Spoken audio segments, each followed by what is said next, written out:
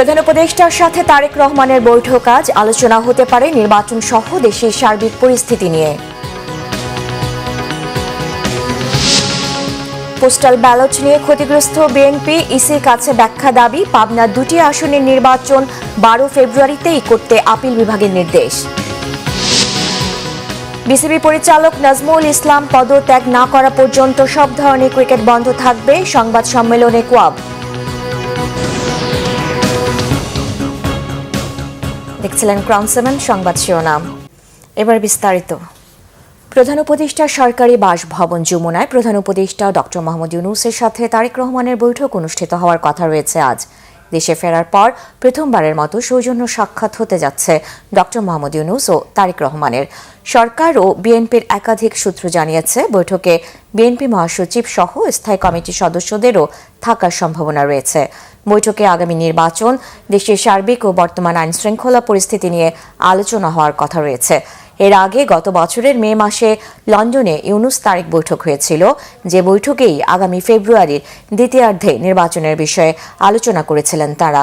দেশের বর্তমান আইনশৃঙ্খলার অবনতি নিয়ে বিএনপি সহ অন্যান্য রাজনৈতিক দলগুলো কিছুদিন ধরেই বেশ উদ্বিগ্ন। এক্ষেত্রে নির্বাচনের আগে এই পরিস্থিতি মোকাবেলায় সরকার প্রধানের সঙ্গে গুরুত্বপূর্ণ আলোচনার কথা রয়েছে বিএনপি চেয়ারম্যানের।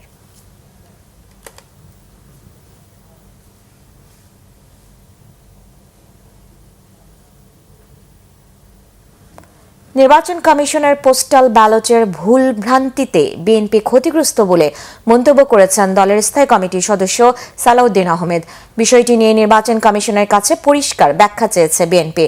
দুপুরে আগারগাঁও নির্বাচন কমিশনের প্রধান নির্বাচন কমিশনারের সাথে সাক্ষাৎ শেষে এসব কথা বলেন বিএনপির স্থায়ী কমিটির সদস্য সালাউদ্দিন আহমেদ। বলেন, পোস্টাল ব্যালট দেশের ভেতরে বেশি ব্যবহৃত হবে।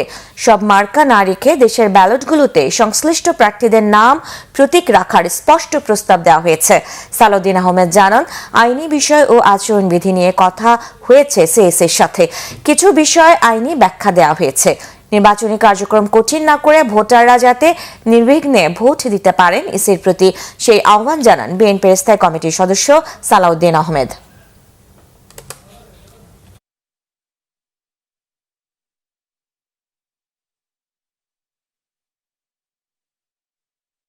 যেহেতু বাংলাদেশে প্রবাসীদের ভোটদানের এই নিয়মটা এই প্রথম এক্সারসাইজ হচ্ছে, এখানে কিছু ভুলভ্রান্তি থাকতে পারত, তবে যে ভুলভ্রান্তিটা হচ্ছে এখানে আমরা ভিক্টিমাইজড, আমরা ক্ষতিগ্রস্ত হচ্ছি এবং একটি নির্দিষ্ট রাজনৈতিক দলের পক্ষ হয়ে কিছু কিছু এখানে কাজ হয়েছে বলে আমাদের ধারণা, এবং সেটা প্রকাশিত হয়েছে। আসলে ধারণাও নয়, সেটা প্রমাণিত হচ্ছে। তা এখন আমরা বলেছি এই বিষয়ে আপনাদেরকে পরিষ্কার ব্যাখ্যা দিতে হবে। এই প্রবাসীদের কাছে যে সমস্ত ব্যালট পাঠানো হয়েছে, কিভাবে পাঠানো হয়েছে, তারা কিভাবে ভোট দিবে, ওখানে কিভাবে স্ক্যান করবে, আর এক জায়গায় যদি 200-300 ব্যালট পাওয়া যায় সেক্ষেত্রে কি ব্যাখ্যা দিবেন, পররাষ্ট্র মন্ত্রণালয় কি ব্যবস্থা নেবে, এই সমস্ত বিষয়ে আমরা আলাপ করেছি। তারা তাদের ব্যাখ্যাটা দিবেন আপনাদের কাছে। আমার মনে হয় আজকেও দিতে পারে, কালকেও দিতে পারে, তাদের সময় মতো দিবেন। আগামী 12 ফেব্রুয়ারিতেই পাবনা 1 ও 2 আসনে নির্বাচন করতে বাধা নেই বলে আদেশ দিয়েছেন আপিল বিভাগ। সাথিয়া উপজেলাকে পাবনা 1 আসন এবং সুজানগর ও বেড়া মিলে পাবনা 2 আসন বলে গণ্য হবে। পাবনা 1 আসন থেকে বেড়া উপজেলা 4টি ইউনিয়ন ও পৌরসভা বাদ দিয়ে পাবনা 2 আসনের সঙ্গে জুড়ে দেওয়া সংক্রান্ত নির্বাচন কমিশনের ইসি গ্যাজেট অবৈধ ঘোষণার রায় স্থগিত করে বৃহস্পতিবার প্রধান বিচারপতির নেতৃত্বাধীন আপিল বিভাগ এই আদেশ দেন। নির্বাচন কমিশনের পক্ষে শুনানি করেন ভারপ্রাপ্ত অ্যাটর্নি জেনারেল। পাবনা 1 ও 2 আসনের বিএনপি ও জামায়াতের প্রার্থীর পক্ষের আইনজীবীরা বলেন, নির্বাচনের সব প্রক্রিয়া চলছে, এরই মধ্যে পোস্টাল ব্যালট পাঠানো হয়েছে এবং নির্বাচন স্থগিত হলে নানা জটিলতা তৈরি হবে, ফলে ইসির পূর্বে সীমানা পুনর্নির্ধারণ করা হয়েছে। দর্শক, ঢাকা সেন্ট্রাল ইউনিভার্সিটি অধ্যাদেশ জারির দাবিতে দ্বিতীয় দিনের মতো রাজধানীর সায়েন্স ল্যাবের সড়ক অবরোধ করেছে 7 কলেজের শিক্ষার্থীরা। সেখানে আছেন সহকর্মী ফজলে রাব্বি। সরাসরি যুক্ত হচ্ছি তার সাথে। রাব্বি, আন্দোলনকারীরা কি বলছেন, তাদের দাবির বিষয়ে বিস্তারিত জানাবেন।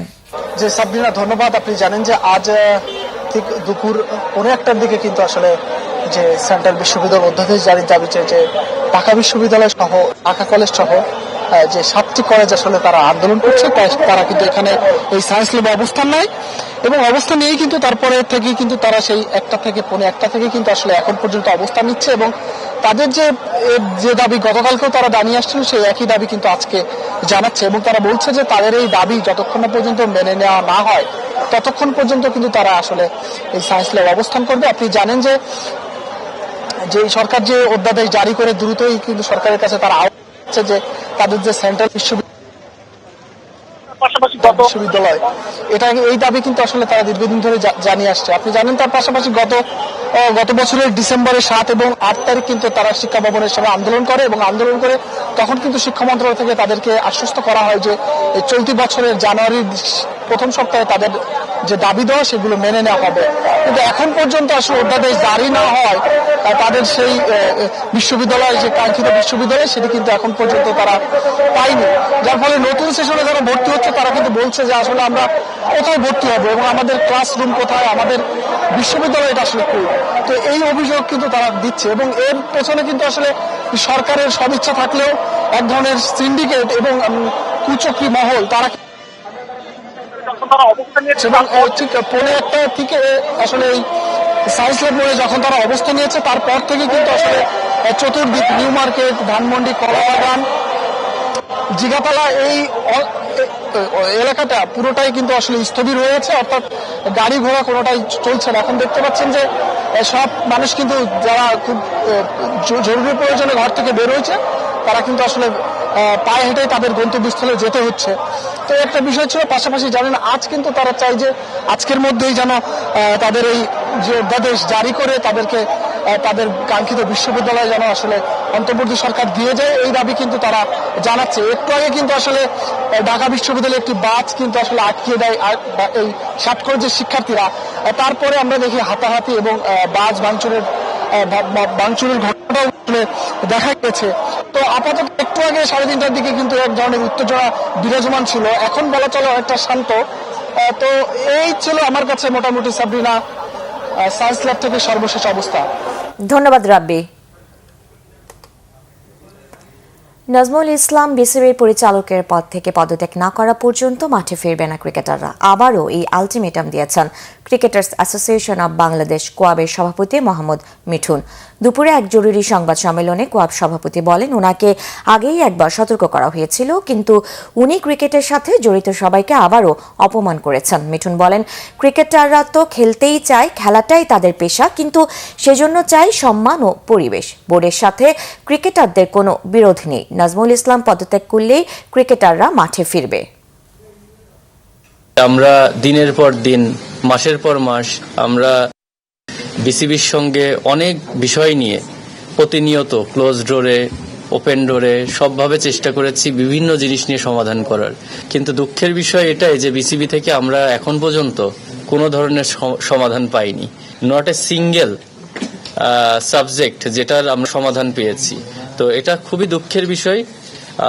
আর সবকিছুরই একটা লিমিট আছে, আমার মনে হয় লিমিটটা ক্রস করে গেলে তখন অ্যাকশন ছাড়া আর বিকল্প কোনো অপশন থাকে না।